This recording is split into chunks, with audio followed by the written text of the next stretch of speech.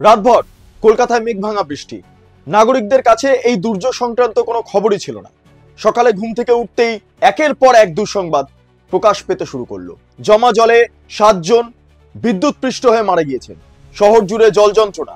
সেই সূত্রে একের পর এক এক্সপোস্ট পার্কিং এ থাকা গাড়িগুলোর অচল অবস্থা, ঘরের ভেতর জল জমে গিয়েছে। আর এত কিছুর মাঝে প্রশাসন কিছুই জানতো না। ব্যর্থ মেয়রের কপালে হাত। আর রাজ্যের মুখ্যমন্ত্রী মমতা বন্দ্যোপাধ্যায় এক্স হ্যান্ডেলে নিজের লেখা এবং সুর করা পুজোর গান পোস্ট করছেন। কি অদ্ভুত! ভাগ্যিস কেউ বলেননি এটা বৃষ্টির চক্রান্ত। গত 34 বছর ধরে এমন বৃষ্টি দেখেনি রাজ্য। নমস্কার, আপনারা দেখছেন বেঙ্গল লিবার্টি, আমি বিট্টু রায়চৌধুরী। আজ এক ভয়ঙ্কর প্রাকৃতিক বিপর্যয়ের মুখোমুখি আমরা।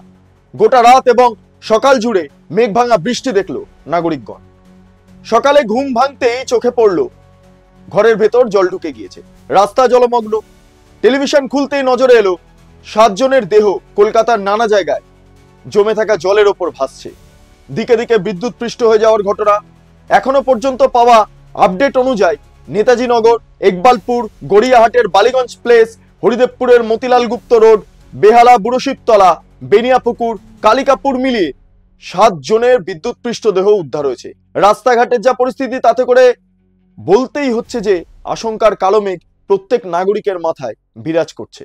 পুরসভা জানাচ্ছে সোমবার রাত 12টা থেকে মঙ্গলবার সকাল 7টা পর্যন্ত নিকাশি পাম্পিং স্টেশন ভিত্তিক বৃষ্টিপাতের পরিমাণ মানিকতলায় 188 মিলিমিটার, দত্তবাগানে 194, বীরপাড়ায় 153, মার্ক স্কোয়ারে 137, বেলগাছিয়ায় 184, ধাপালক 221, তপসিয়ায় 284, উল্টোডাঙ্গায় 221, কামডহরি 340, পামারবাজার 239, ঠনঠনিয়া 195, কুলিয়াট্যাংরা 202, চিংড়িহাটা 244, বালিগঞ্জ 179, মোমিনপুর 258, চেতলালক 280, যোধপুর পার্ক 219, কালীঘাট 297, পাগলাডাঙ্গা 207.4, ট্রিচিং গ্রাউন্ড 143.3, ধানখেতি খাল 172, জোকা ডিপিএস 108, বেহালা ফ্লাইং ক্লাব 182.8, সিপিটি ক্যানেল 249.4, কুঁদঘাট 205, এসএসইপি 113.6 মিলিমিটার। অন্যদিকে হাওয়া অফিস জানাচ্ছে পশ্চিমবঙ্গের ওপর একটি নিম্নচাপ তৈরি হয়েছে। এক রাতেই নজিরবিহীন বৃষ্টিপাত হয়েছে। কয়েক ঘন্টার মধ্যে বহু এলাকায় মেঘভাঙা বৃষ্টির মতো প্রবল বর্ষণ দেখা গিয়েছে। আজ বিকেল থেকে আবারও বৃষ্টি হবে কলকাতা এবং সংলগ্ন পশ্চিমবঙ্গের বিভিন্ন জেলা, তার পাশাপাশি ওড়িশায়। গত 24 ঘন্টায় বৃষ্টিপাতের পরিমাণ আলিপুরে 251.5 মিলিমিটার, সল্টলেকে 227 মিলিমিটার, হাওড়ায় 78 মিলিমিটার এবং দমদমে 63 মিলিমিটার। কলকাতা পুরসভার মেয়র বলছেন এমন মেঘভাঙা বৃষ্টি নাকি আগে দেখেননি।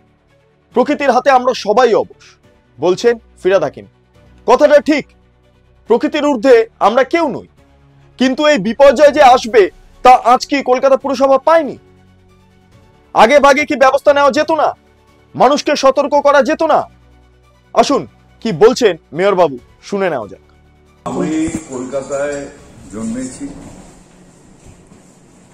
এত বড় হয়েছি, এরকম মেঘভাঙা বৃষ্টি দেখিনি। আমি খবরের কাগজে পড়ছিলাম উত্তরাখণ্ড, কাশ্মীর, ওইসব জায়গায় নাকি এরকম মেঘভাঙা বৃষ্টি হয়। আজকে সেটা কলকাতায় দেখলাম যে 5-6 ঘন্টায় 300 মিলিমিটার বা তার বেশি বৃষ্টি। এটা একটা ভয়াবহ বৃষ্টি, যেটা এর আগে কোনোদিন আমরা দেখিনি। এই বৃষ্টির ফলে হয়েছে সমুদ্র উত্থাল, নদীতে টগমগ জল যাচ্ছে না। নদীর ফলে আমাদের যে ক্যানেল সেগুলো সব ভরে রয়েছে। আমরা পৌরসভার থেকে সব জল ফেলছি ক্যানেলে, কিন্তু সেটা আবার ব্যাকফ্লো হয়ে চলে আসছে। আমরা লক গেট গুলো খুলে দিয়েছিলাম, কিন্তু সেখান থেকেও ব্যাকফ্লো হয়ে চলে আসছে। 1:30টার সময় একটা বড় বান আসার কথা আছে। সেই বানটা চলে গেলে হয়তো সন্ধ্যের দিকে আস্তে আস্তে আমরা জলটা ফেলতে পারবো, যেটা নদী নিতে পারবে। আলটিমেটলি আমরা যেখানেই জল ফেলি, কলকাতার জলটা পড়বে গিয়ে খালগুলোর থেকে যাবে নদীতে, নদীর থেকে যাবে সমুদ্রে। এই সবটাই ভরে রয়েছে, টুইটুম্বুর হয়ে রয়েছে। আমি কলকাতাবাসীকে বলবো আজকের দিনটা দয়া করে বাড়ির থেকে বেরোবেন। অনেকগুলো জায়গায় এরকম বেরিয়ে বিদ্যুৎ পৃষ্ঠ হয়েছে, যেখানে আমাদের লাইটগুলো জ্বলছিল না, কিন্তু যাই হোক কোনো মিটার ঘর নিচে ছিল, কোথাও রাস্তার ধারে ফ্রিজ ছিল। এগুলো সব থেকে বেশি বৃষ্টি হয়েছে গড়িয়ার দিক থেকে নিয়ে ওই সমস্ত জায়গায়, 109 নম্বর ওয়ার্ড, 108 নম্বর ওয়ার্ড, 106 নম্বর ওয়ার্ড, এই জায়গায় বৃষ্টি হয়েছে। 109, 108-এ তো ড্রেনেজ সিস্টেম নেই। আমাদের যেখানে পাম্পিং স্টেশন আছে সেখানেও জলগুলো, আমাদের যে পাইপ আছে সেই পাইপ দিয়ে জল যাবার একটা ক্যাপাসিটি আছে, যেটা 20 mm পার ঘন্টা। 300 mm জল যেতে গেলে এমনি স্বাভাবিকভাবেই কত ঘন্টা লাগে। আর সেই জলটা ফেলছি যখন ক্যানেলে, সেই জলটা আবার ব্ল্যাক ফ্লো হয়ে চলে আসছে, কারণ সব ভর্তি চারিদিকে, কলকাতার চারিদিকে নদী নালা যত আছে সব ভর্তি হয়ে রয়েছে। তো এই জলটা যতক্ষণ না ন্যাচারালি কমে যাবে, নদী নালার জলটা যতক্ষণ না সমুদ্রে গিয়ে পৌঁছবে, ততক্ষণ এই জলটা কমবে খুব আস্তে আস্তে। তাই আমরা সবাই প্রতীক্ষা করছি। আমাদের পুরো টিম সকাল থেকে লেগে আছে। আমার MMIC তারক সিং, আমাদের কমিশনার, আমাদের SOTID সবাই রাস্তায় রয়েছে। আমিও রাস্তায় ঘুরে এসে এই কন্ট্রোল রুমে এলাম। আমরা প্রাণপণ চেষ্টা করে যাচ্ছি, কিন্তু প্রকৃতির হাতে আমরা সবাই একেবারে অবশ। আমরা প্রকৃতির সাথে লড়াই করতে পারি না। এই অবস্থায় সাধারণভাবে যদি বৃষ্টি হয় কলকাতায় জল জমার কথা নয়, যেভাবে পলি পরিষ্কার হয়েছে, কিন্তু একটা অ্যাবনর্মাল বৃষ্টি হয়েছে। আর মানুষ, আমাদের যে কনজারভেন্সি ওয়ার্কারদের বলবো যে গালিপিটগুলোকে পরিষ্কার করে দিলে যে প্লাস্টিকগুলো গিয়ে জমছে, বা পুজো কমিটির সামনে যে প্লাস্টিকগুলো গিয়ে জমছে, সেইগুলোকে পরিষ্কার করে দিলেও আস্তে আস্তে জলটা কিছুটা হলেও কমে যাবে। অনেকগুলো জায়গায় কমে গেছে অলরেডি। আর আমি বিশ্বাস করি যে যদি আরো প্রবল বৃষ্টি না হয়, তাহলে আজকে রাত্রির মধ্যে জলটা বেশিরভাগই জায়গায় নেমে যাবে। এই জল আমি ছোটবেলা দিয়ে কোনোদিন দেখিনি, যে এরকম জল যেখানে আমাদের ওই পাড়ায় জল জমে গেছে, এটা দেখিনি। কারণ আমাদের আদিগঙ্গার পাশে হলো আমাদের পাড়া, শুধু ন্যাচারাল জলটা আদিগঙ্গায় নেমে যাবে, কিন্তু সেইখানেও জল জমে রয়েছে। আদিগঙ্গা জল নিতে পারছেন না, পুরো ভরে রয়েছে। এটা আমি ছোটবেলার থেকে দেখিনি। 78-এ একটা বন্যা হয়েছিল কলকাতায়, তখন দেখেছিলাম। তখন আমরা ইয়াং ছিলাম, ঘাড়ে করে করে সব পরিষ্কার করে স্কুল বাড়িতে নিয়ে এসেছিলাম। এখন অনেক জায়গায় যারা গরিব মানুষ রাস্তার ধারে বা যারা লো লাইন এলাকায় থাকে, তাদের অনেক স্কুলগুলো খুলে দেওয়া হয়েছে, সেখানে রয়েছে। আমরা কর্পোরেশন থেকে এবং থানার থেকে বলা হয়েছে যে খাওয়া দাওয়ার ব্যবস্থা করে দিতে। কিন্তু জল যদি আর বৃষ্টি না হয়, আমরা আশা করছি যে আজকে রাত্রির মধ্যে জলটা নেমে যাবে। এই অবস্থায় ভুক্তভোগী মানুষের কি বক্তব্য, আসুন সেটাও শুনে নেওয়া যাক। শুধু নিকাশি ব্যবস্থার জন্য আজকে এই অবস্থা। এই বাগজেলার খাল আজকে প্রায় 15-20 বছর কাটে না। এর দায়িত্ব সরকারকে নিতে হবে। সরকার যদি এই বাগজেলার নিকাশি খাল কাটতো, তবে আজকে আমাদের এই দোকানপাট, এই বাজারঘাট বন্ধ হতো না। কি বলবেন? জল ঢুকে গেছে, যাতে ভালো হয় সেই ব্যবস্থা করতে হবে ভাই। কোথাও কি চলাফেরার অসুবিধা হচ্ছে? অসুবিধা হচ্ছে, লোক তো কাজে কাজে জল তো যেতেই পারছি। হ্যাঁ, কাজে কমে যেতে পারছে না, কাজ না করলে খাবে কি করে ভাই? দেখতেই তো পাচ্ছেন কিরকম বুড়ে আছে, পুরো এতটা করে জল। এদিকে তো আরো বেশি, এদিকে গেলে এতটা করে জল আছে, পুরো ঢুকে যাচ্ছে, প্রচুর অসুবিধে। কিন্তু আমি নিজে একটা গাড়ি নিয়ে এসেছি, দেখতে তো পাচ্ছেন ফেসে গেল।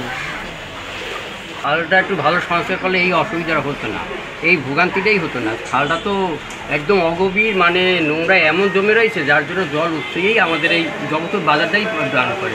অথচ দেখেন জগৎপুর বাজারের আশেপাশে উপরের দিকে কোনো কিন্তু জল নেই, সব এইখানে একটু নিচে বলে, কিন্তু খালটার জন্যই এই দুরবস্থা। মানুষের ক্ষোভ তীব্র হচ্ছে দেখে শেষ পর্যন্ত এক বুক জলে নেমে পরিস্থিতি সামাল দেওয়ার ছবি তুলে নিলেন ফিরহাদ হাকিম।